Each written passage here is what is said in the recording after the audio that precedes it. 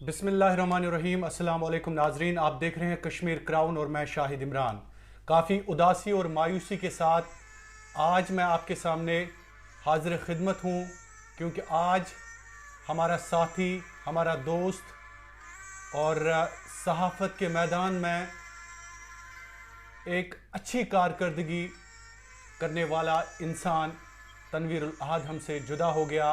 और काफ़ी अफसोस के साथ कहना पड़ता है कि तनवीर ने जिस हिसाब से ख़ासकर जम्मू कश्मीर में अपना रोल निभाया, चाहे वो ब्रेकिंग न्यूज़ हो, चाहे वो मुख्तलिफ़ स्टोरीज़ हो, तो उन्होंने अपना कलीदी किरदार अदा किया जब हम जर्नलिज़म की बात करते हैं जम्मू और कश्मीर में। लेकिन आखिरकार तनवीर कल हमसे जुदा हो गए और काफ़ी दुख के साथ कहना पड़ता है कि काफ़ी यंग थे, 38 उनकी उम्र थी और अपने पीछे 2 बेटियां छोड़कर चले गए। और हम उनके अहल खाना के साथ बराबर शरीक है इस दुख की घड़ी में। हम उनके साथ हैं, पूरी जर्नलिज्म बरादरी जो है या जितने भी लोग सहाफ़ती इदारों के साथ ताल्लुक़ रखते हैं, हम उनके साथ हैं।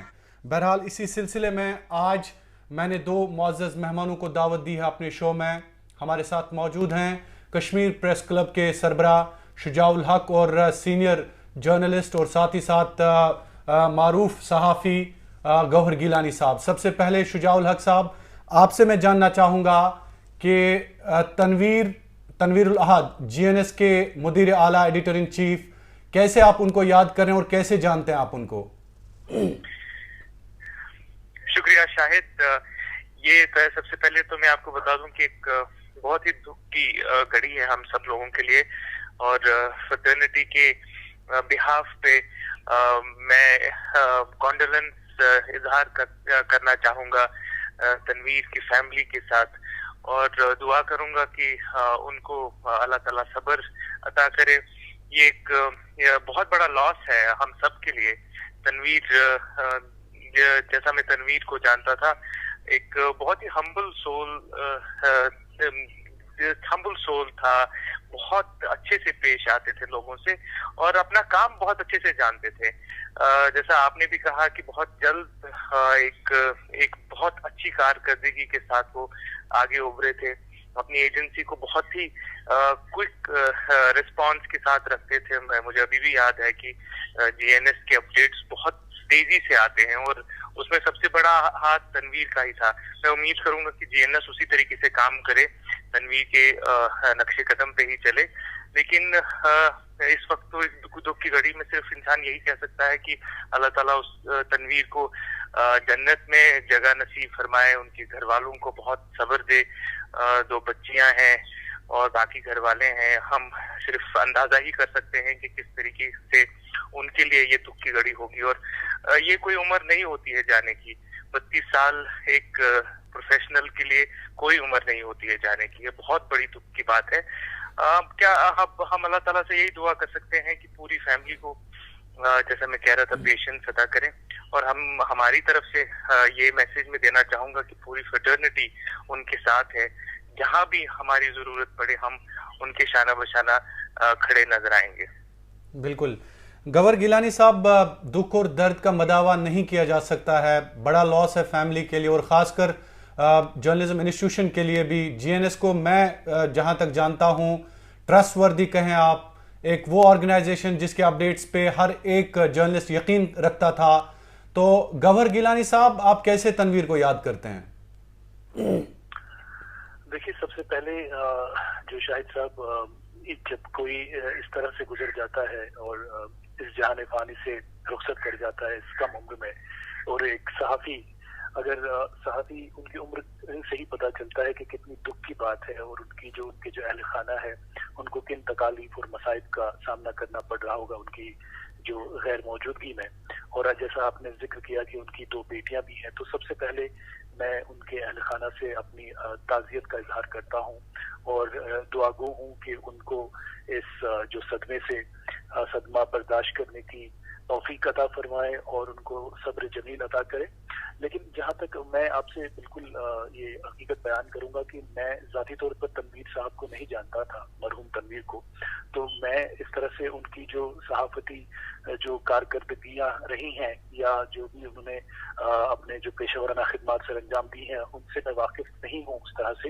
लेकिन जैसा आपने कहा या शुजाउल हक साहब ने भी कहा, तो मैं बिल्कुल उसी बात पे कहूंगा कि ये एक जरूर एक हमारे लिए, सबके लिए, हमारी सहाफती बरादरी के लिए एक जो कहते हैं कि एक लॉस है, बड़ा सदमा है। और मैं बिल्कुल मुत्तफिक हूँ शुजाउल हक की बात से कि जहां तक सहाफती बरादरी का ताल्लुक है या कश्मीर प्रेस क्लब का ताल्लुक है, जो भी मुमकिन हो सकेगा इस वक्त हम सबको अपनी फ्रेटर्निटी के लिए, अपनी बरादरी के लिए एक मुत्तहिदा कुव्वत के साथ उभरना होगा। और मैं ताज़ियत के साथ साथ ये भी कहूंगा कि जो एक बेबाक सहाफ़ी होता है और जो गैर जानिबदार सहाफ़ी होता है, वो आखिरकार वो एक गरीब की मौत ही मरता है, क्योंकि उसके पास कोई असासा नहीं होता अपनी इंटेग्रिटी के अलावा, जो वो गैर जानिबदाराना तरीके से अपनी बात रखता है और किसी साइड को खुश नहीं कर पाता। और आखिरकार उसके पास जो सबसे बड़ा असासा होता है वो वही होता है, उसकी बेबाकी, और उसका जो कलम होता है वही उसका सबसे बड़ा असासा होता है। बिल्कुल आपने सही फरमाया। मैं इसमें ऐड करना चाहूँगा गवर गिलानी साहब के बेबाक और बेखौफ सहाफ़ी शायद कभी नहीं मरता है आखिरकार, और आपने कहा कि गरीब मरता है, बिल्कुल ये बातें सही है। शुजाउल हक साहब, क्या वक्त की ज़रूरत है? जिस तरह से जर्नलिस्ट जो हैं उनका कोई ख्वातिर खा वैसा इंतज़ाम नहीं होता है जब हम तनख्वाहों की बात करते हैं या बाकी जो इंतज़ामात होने चाहिए थे सरकार की जानिब से। क्या आपको लगता है कि वक्त की पुकार है कि जर्नलिस्ट के हवाले से आवाज़ उठाई जाए? उनके पीछे बच्चे होते हैं, उनके पीछे उनका अहल वयाल होता है, तो आप पर भी जिम्मेदारी आयद होती है शुजाउल हक साहब कि आप उन जर्नलिस्ट के लिए आवाज़ उठाएं जो जिनके जो माहाना तनख्वाहों से भी महरूम होते हैं, फ्रीलांस काम करते हैं फील्ड में। क्या कहना होगा आपका? जी बिल्कुल, आपकी बात बिल्कुल सही है। हमारे फ्रेटर्निटी में खासकर इस वक्त जो क्राइसिस का वक्त, पैंडेमिक का वक्त चल रहा है, वैसे ही कई सारे सेक्टर जो है उसमें बहुत फर्क पड़ा है। और न्यूज़पेपर इंडस्ट्री हो या मीडिया इंडस्ट्री हो, इसमें भी बहुत फर्क पड़ा है जहां तक इकोनॉमी की बात करें तो। और कई सारे लोगों ने हमसे भी शिकायत की है कि उनके इदारे उनको या तो तनख्वाह नहीं दे रहे हैं, कहीं जॉब कट्स भी हो रही हैं, या तनख्वाहें बहुत कम हो गई हैं, बहुत डिलेड हो आती हैं उनके पास। तो मुझे लगता है कि हमारे एडिटर साहिबान और जो न्यूज़पेपर्स के ओनर्स हैं यहाँ पे, खासकर कश्मीर घाटी में, उनको इस चीज की एक इस चीज पे नजर रखनी चाहिए कि एक जर्नलिस्ट जो होता है खासकर इन हालात में, उसका भी एक घर है, उसके पीछे भी लोग हैं, उसकी भी एक सस्टेनेंस की बात होती है। तो नौकरियां ना ले लोगों की, जॉब कट्स ना हो, एक सस्टेनेंस की बात करें, तो इस चीज को मद्देनजर रख के अपने फैसले ले। देखिए, इदारे इंडिपेंडेंट होते हैं, उनका अपना बिजनेस मॉडल होता है। There is only so much that हम लोग सजेस्ट कर सकते हैं या बोल सकते हैं, मगर उम्मीद ये रख सकते हैं कि ह्यूमैनिटेरियन ग्राउंड्स पे और प्रोफेशनल करियर मद्देनजर रख के लोगों की ये चीज एक मतलब इस पे एक राय बननी चाहिए कि ये बुरा वक्त है, सबको एक दूसरे की मदद करनी चाहिए। ये तो रही बात इदारों की। मैं इसके साथ साथ ये भी वाज़ेह करना चाहूंगा कि हमको भी आपस में ये कोशिश करनी चाहिए कि एक दूसरे के साथ खड़े हों बुरे वक्त में। आपको अगर याद हो, हमने अभी 2-3 हफ्ते पहले इसी सिलसिले में खुद ही एक फैसला लिया था कि एक छोटा सा फंड क्रिएट करें, ताकि इस वक्त अगर हमारे में से किसी जर्नलिस्ट को या जो मीडिया इंडस्ट्री के साथ वाकिफ लोग वाबस्ता है, उनको सच में बहुत ज्यादा जरूरत पड़े या कोई रोजगार ना हो, तो हम खुद ही आके जो भी हमसे हो बन पड़े, छोटा मोटा सस्टेनेंस के लिए उनके साथ खड़े हो जाएं या उनको वो मदद करें। और कुछ लोगों को मैं ये भी कह दूं कि आपसे कि हमने मदद की भी है। करीब 7-8 ऐसे लोग थे जो हमारे पास आए और कहा कि हमारे घर में इस वक्त सस्टेनेंस के लिए कुछ भी नहीं है, तो हमने जितना भी हमसे बन पड़ा वो मदद की। लेकिन ये देखिए, इसमें एक इंस्टीट्यूशनल तरीका होना चाहिए, तो इंस्टीट्यूशनल तरीका वाजिया करना पड़ेगा। हमने कश्मीर प्रेस क्लब में मेरे ख्याल में पहली बार ऐसा एक फैसला लिया है कि एक फंड अलग से इसके लिए क्रिएट करेंगे। और वो फंड, देखिए, उस फंड के भी पैसे कहाँ से आएंगे या फंड्स कैसे आएंगे, वो भी हम में से ही आएंगे। बिल्कुल। तो मैं आपके माध्यम से ही लोगों से, खासकर अपनी फ्रेटर्निटी के लोगों से ये अपील करूंगा कि ऐसा जो फंड हमने क्रिएट किया है उसमें कंट्रीब्यूट करें। बिल्कुल। हमने बिल्कुल वाजिया तौर पे ये कहा है कि सिर्फ हम कंट्रीब्यूशन अपने ही फ्रेटर्निटी के लोगों से लेंगे। जैसे मैं हूँ या गौहर साहब हैं या आप हैं, अगर हम एक दूसरे की मदद करना चाहेंगे तो एक तरीका हमने वाजिया किया है। तो मुझे लगता है कि इस तरीके के इंस्टीट्यूशनल मैकेनिज्म क्रिएट किए जाने चाहिए ताकि बुरे वक्त में हम एक दूसरे के साथ खड़े हों।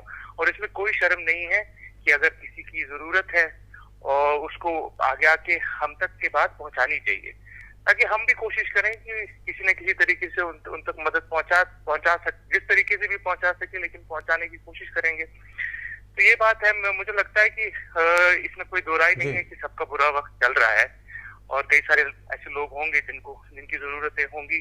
तो हमें भी एक दूसरे के साथ खड़े होने की तैयारी करनी चाहिए। ये दिमाग में रखना चाहिए कि शायद हमारे आसपास के लोग, हमारे अपने दोस्त, उनको जरूरत पड़ सकती है। बिल्कुल।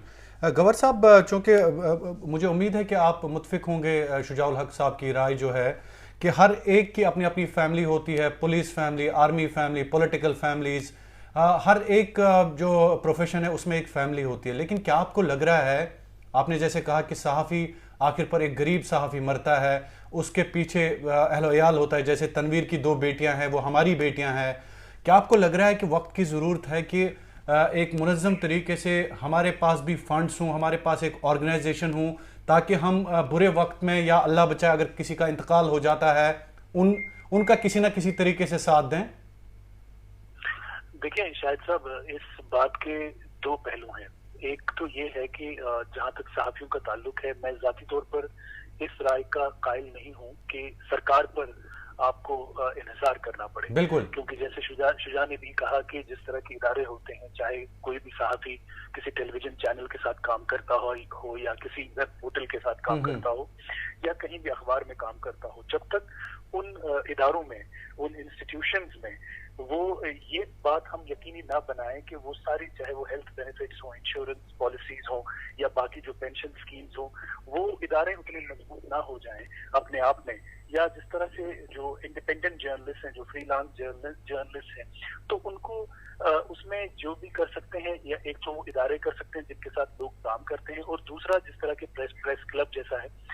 लेकिन इसको भी हमें इस तरह से नहीं देखना चाहिए कि वो तो एक आर्जी मदद हो सकती है, जो भी प्रेस क्लब से या दूसरे इदारों से आएगी वो वक्ती तौर पर बिल्कुल एक आर्जी किस्म का एक बेनिफिट हो सकता है। लेकिन मुस्तकिल बुनियादों पर अगर आपको सहाफी के लिए राह हमवार करनी है, पहली बात यह है कि आपको सरकार पर इन्हिसार नहीं करना है, इदारों को मजबूत करना है। और तीसरी बात, जब इस वक्त जब पूरी जो आलमी सतह पर हम देख रहे हैं कि कोविड के जो ये वबा है, इससे जो हालात हैं, जिस तरह जॉब कट्स हुए हैं, हम देख रहे हैं अमेरिका में वहां तकरीबन जो अनएम्प्लॉयमेंट रेट है वो 30% हो गई है, भारत में ये 29% से तजावुज कर गई है।